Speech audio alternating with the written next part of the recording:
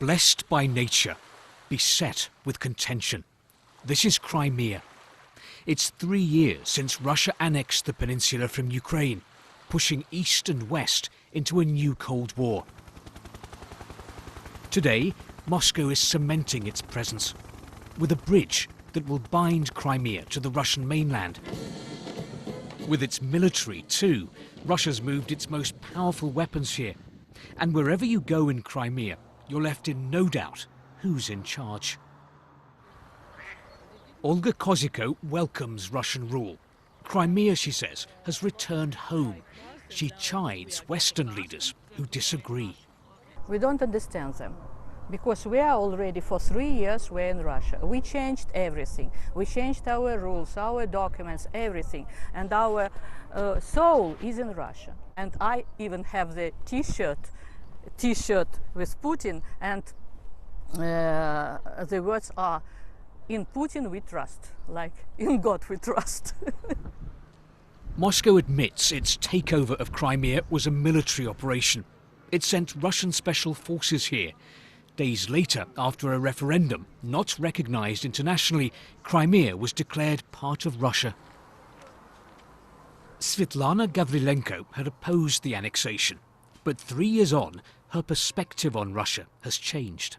They were expecting us. They were happy to have us back. Ukraine are not. They really hate us. They think everyone here is a traitor. Even if though you were ever pro-Ukrainian or you're now pro-Ukrainian, you're still a traitor because you didn't leave. America's position hasn't changed. The White House says it expects Moscow to return Crimea.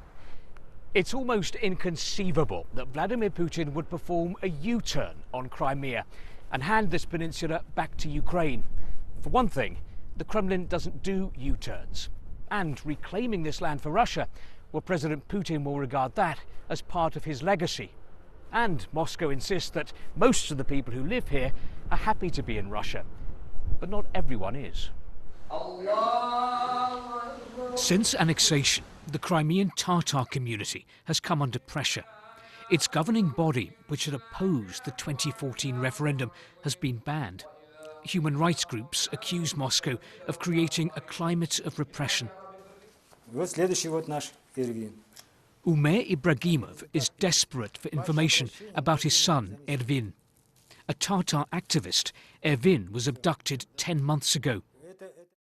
CCTV cameras caught the moment he was seized by men in uniform.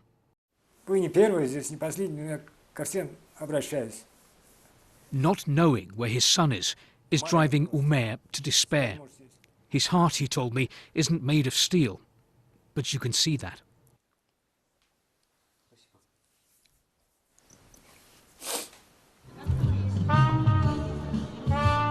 And yet this Crimean spring feels calmer than 3 years ago.